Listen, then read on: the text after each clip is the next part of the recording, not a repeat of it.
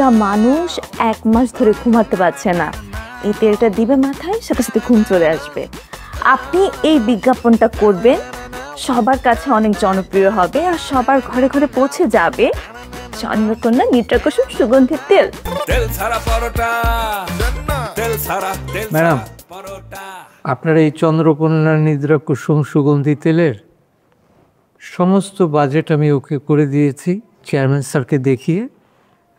আপনি আপনার কাজ নিয়ে এগিয়ে যেতে পারেন, কোনো সমস্যা নেই। যা বাজেট আপনি দিয়েছেন সেটাই আছে, অতএব আমার মনে হয় না আপনার কোনো সমস্যা হবে। আমি জানি আপনি অ্যাকাউন্টে অনেক দক্ষ, অনেক ভালো এবং আপনি আপনার কাজটা সততার সাথে করে যাচ্ছেন, কিন্তু এই মুহূর্তে না আমি অ্যাকাউন্ট রিলেটেড কোনো কথা আপনার সাথে বলতে চাচ্ছি না। মানেটা পরিষ্কার করছি। আপনি হয়তো এর মধ্যেই জানেন যে চন্দ্রকন্যা নিদ্রাকুসুম সুগন্ধি তেল একটা বিজ্ঞাপন বানাচ্ছে।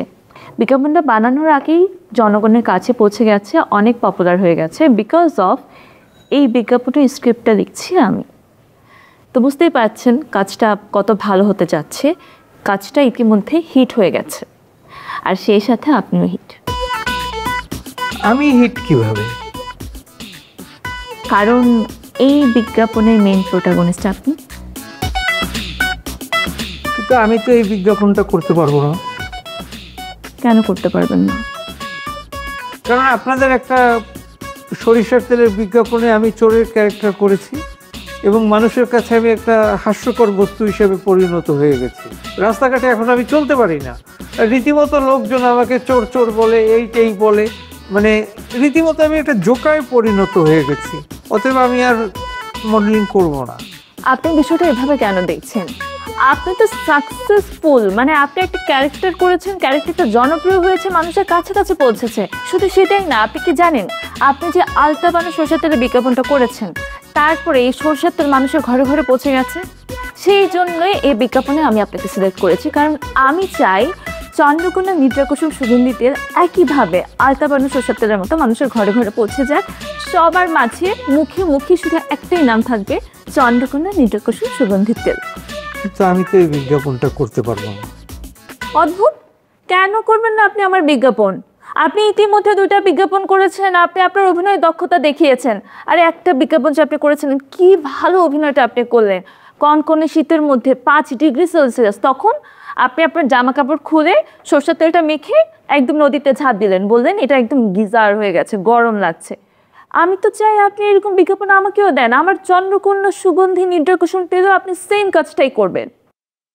আপনি একবার ভাবেন, শহরের মানুষের মধ্যে এখন যে পরিমাণ এনজাইটি, স্ট্রেস আর টেনশন, তাহলে তো রাতের পর রাত ঘুমাতে পারছে না।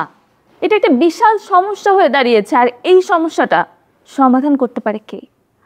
একমাত্র চন্দ্রকন্যা নিদ্রাকুসুম সুগন্ধি তেল। আপনি বুঝতে পারছেন, এই যে চন্দ্রকন্যা নিদ্রাকুসুম সুগন্ধি তেল, এটা জাস্ট হাতে নিবে একটু করে, তারপর মাথায় দিবে। কি করছেন আপনি? চুপ করে বসেন।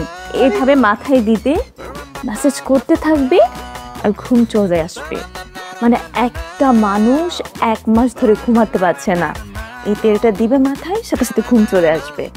আপনি এই বিজ্ঞাপনটা করবেন, সবার কাছে অনেক জনপ্রিয় হবে আর সবার ঘরে ঘরে পৌঁছে যাবে চন্দ্রকন্যা নিদ্রাকুসুম সুগন্ধির তেল।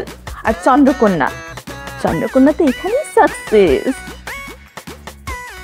আপনার চন্দ্রকন্যা সাকসেসফুল হবে কি হবে না সেটা তো আর আমার জানার বিষয় না, তাই না? আমার কাজ হচ্ছে আপনার বাজেটটা ওকে করে দেওয়ার, সেটা আমি করে দিয়েছি, সেই পর্যন্তই। আমি এটার মডেলিং করতে পারবো। আপনার কাজ বাজেটে শেষ হবে না, এই বিজ্ঞাপনটা আপনাকে করতে হবে। এটা শুধু চেয়ারম্যান না, এখন এটা আমারও নির্দেশাকার। কিন্তু আমি তো আপনার এই নির্দেশ রাখতে পারবো না। আপনাকে রাখতে হবে। না, আমি পারবো না।